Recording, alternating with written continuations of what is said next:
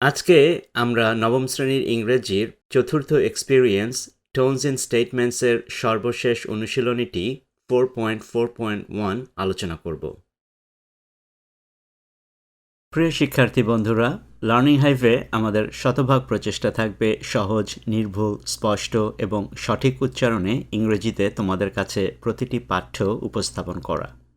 এ পর্যন্ত তোমাদের সমর্থন, ভালোবাসা এবং অনুপ্রেরণায় লার্নিং হাইভ চ্যানেল অনেক দূর এগিয়ে গিয়েছে এবং তোমাদেরকে সাথে নিয়ে আমরা আরও সামনে এগিয়ে যেতে চাই।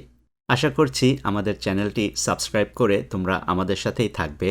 সামনে আমরা আরও ভিডিও লেসন নিয়ে তোমাদের কাছে হাজির হব।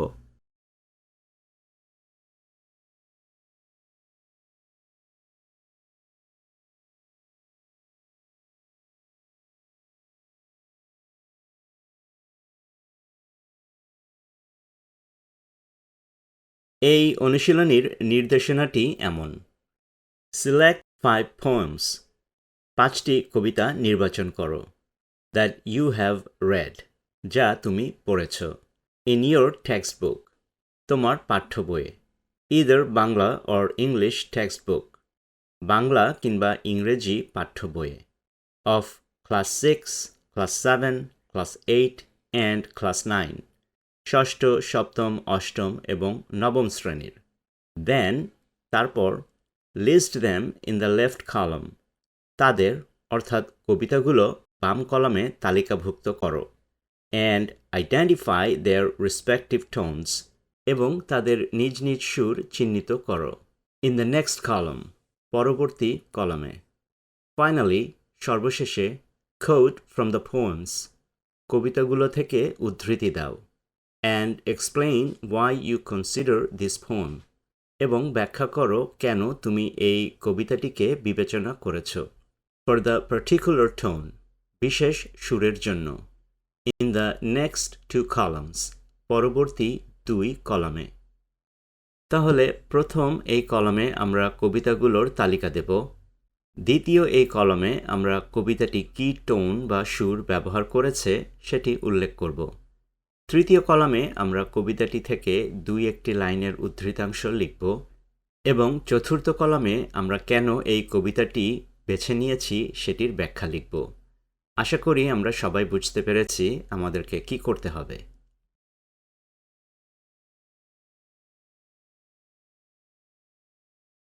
ষষ্ঠ, সপ্তম, অষ্টম এবং নবম শ্রেণীর ইংরেজি পাঠ্য বই থেকে যেই 5টি কবিতা আমরা বেছে নিয়েছি সেগুলো হচ্ছে: 1. ষষ্ঠ শ্রেণীর ইংরেজি পাঠ্য বই থেকে লিটল থিং, কবিতাটি বইয়ের 2য় ইউনিটে আছে। 2. সপ্তম শ্রেণীর ইংরেজির পাঠ্য বই থেকে ইফ, কবিতাটি বইয়ের 3য় ইউনিটে আছে। 3. অষ্টম শ্রেণীর ইংরেজি পাঠ্য বই থেকে I wandered lonely as a cloud, কবিতাটি বইয়ের 1ম ইউনিটে আছে। 4. তোমাদের নবম শ্রেণীর ইংরেজি পাঠ্য বই থেকে ক্রসিং দ্য বার, কবিতাটি বইয়ের 2য় ইউনিটে আছে। এবং 5. আবারও তোমাদের নবম শ্রেণীর ইংরেজি পাঠ্য বই থেকে অন দ্য গ্রাসহপার অ্যান্ড ক্রিকেট, কবিতাটি বইয়ের 2য় ইউনিটে আছে।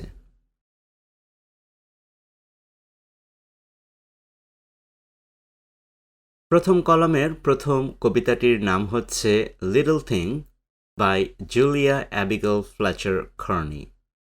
দ্বিতীয় কলামে কবিতাটির টোন বা সুর হচ্ছে the tone of the poem reflects hope and inspiration, কবিতার সুর আশা ও অনুপ্রেরণা প্রতিফলিত করে। তৃতীয় কলামে কবিতাটির একটি উদ্ধৃতাংশ হচ্ছে এমন: লিটল ডিডস অফ কাইন্ডনেস, উদারতার ছোট কাজ, লিটল ওয়ার্ডস অফ লাভ, ভালোবাসার ছোট্ট কথা, make our earth and Eden, আমাদের ধরণীকে করে ইডেন। ইডেন হচ্ছে স্বর্গের একটি নাম। লাইক দ্য হ্যাভেন অ্যাবাভ, উপরের স্বর্গের মতো। চতুর্থ কলামে আমরা লিখব কেন এই কবিতাটি আমরা বেছে নিয়েছি। The poem conveys the collective power of small things, কবিতাটি ছোট ছোট জিনিসের সম্মিলিত শক্তি প্রকাশ করে। অ্যান্ড দেয়ার পজিটিভ ইম্প্যাক্টস, এবং তাদের ইতিবাচক প্রভাবগুলিকে। On our surroundings and everyday lives, আমাদের পরিবেশ ও দৈনন্দিন জীবনে। It inspires us to make a difference. এটি আমাদেরকে পরিবর্তন আনতে অনুপ্রাণিত করে in our lives and the lives of others. আমাদের জীবনে এবং অন্যদের জীবনে।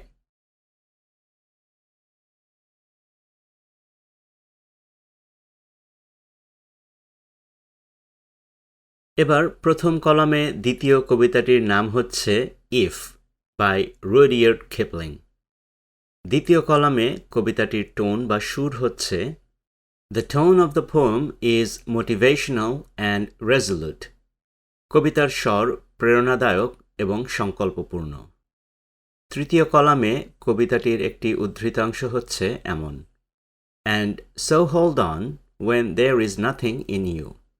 এবং সুতরাং ধরে রাখো যখন তোমার কাছে কিছুই নেই Except the will, which says to them, Hold on. শুধু দৃঢ় ইচ্ছাশক্তি ছাড়া যা তাদের বলে ধরে থাকো। চতুর্থ কলামে আমরা কেন কবিতাটি পছন্দ করেছি সেটির একটি ব্যাখ্যা দেব। সেটি হচ্ছে এমন The poem's motivational tone advises readers.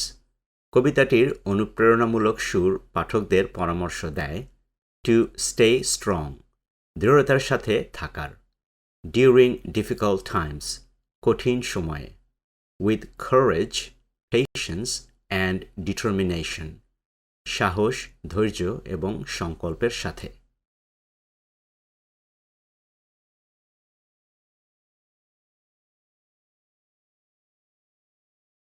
প্রথম কলামে তৃতীয় কবিতাটির নাম হচ্ছে I Wandered Lonely as a Cloud by William Wordsworth. দ্বিতীয় কলামে কবিতাটির টোন বা সুর হচ্ছে The tone is joyful, evoking a sense of happiness and liveliness. স্বরটি আনন্দদায়ক যা সুখের এবং সজীবতার অনুভূতি জাগ্রত করে। তৃতীয় কলামে কবিতাটির একটি উদ্ধৃতাংশ হচ্ছে এমন I wandered lonely as a cloud.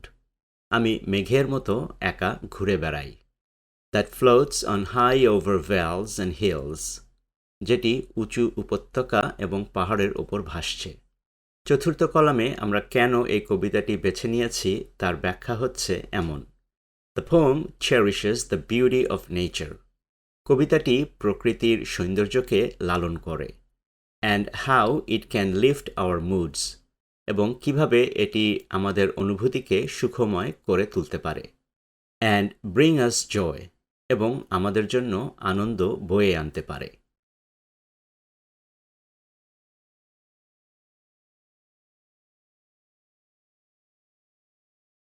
নবম শ্রেণীর শিক্ষার্থী বন্ধুরা, তোমরা লার্নিং হাইভ ইউটিউব চ্যানেলে নবম শ্রেণীর ইংরেজির প্লেলিস্টে গিয়ে আরও ভিডিও লেসন দেখে নিতে পারো এবং এই প্লেলিস্টে আমরা প্রতিনিয়ত আরও ভিডিও লেসন যোগ করা অব্যাহত রাখব।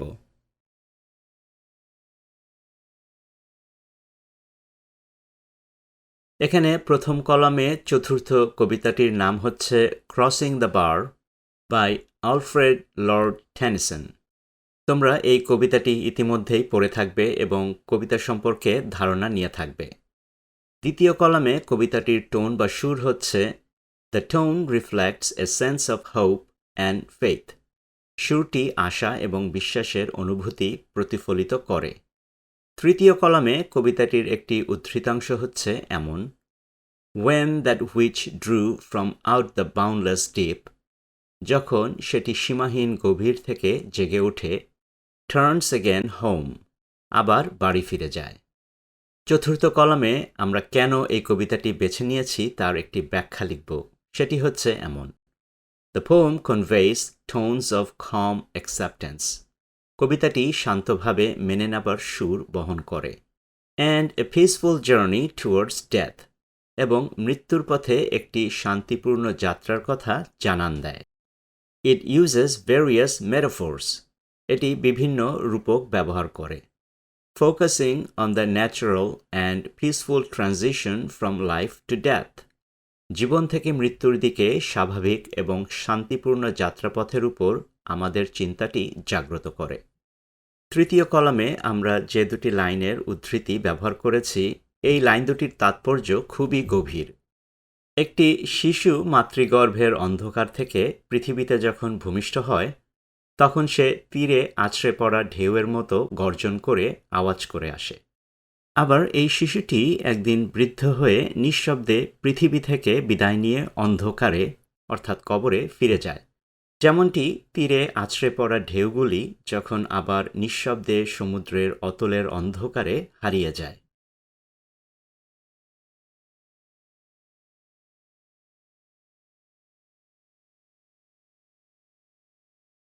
প্রথম কলামের পঞ্চম কবিতাটির নাম হচ্ছে grasshopper and cricket by John Keats. এই কবিতাটিও তোমরা ইতিমধ্যে পড়ে থাকবে। দ্বিতীয় কলামে কবিতাটির টোন বা সুর হচ্ছে the tone reflects appreciation and observation of nature's enduring poetry. স্বরটি প্রকৃতির স্থায়ী কবিতার উপলব্ধি এবং পর্যবেক্ষণকে প্রতিফলিত করে। তৃতীয় কলামে কবিতাটির একটি উদ্ধৃতাংশ হচ্ছে এমন: the poetry of earth is never dead. প্রকৃতির কবিতা কখনো থেমে যায় না।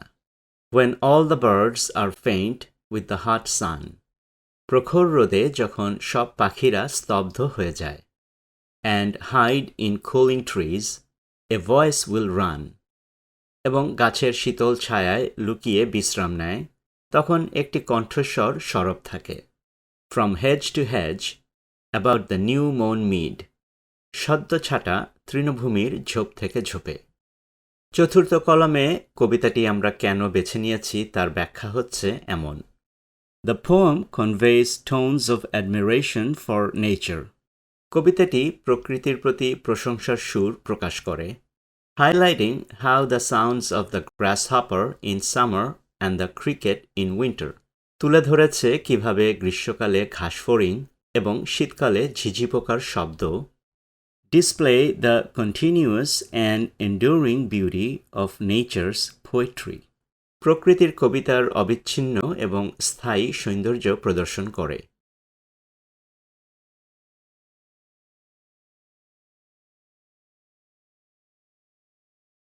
আজকের লেসনটি এখানেই শেষ করছি।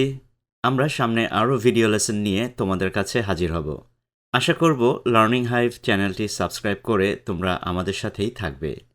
আর আজকের এই লেসনটি নিয়ে যদি তোমাদের কোনো প্রশ্ন, মন্তব্য বা পরামর্শ থাকে তাহলে এই ভিডিওর কমেন্টে আমাদেরকে জানাতে পারো। আবারও দেখা হবে সামনের লেসনে। Thanks for watching.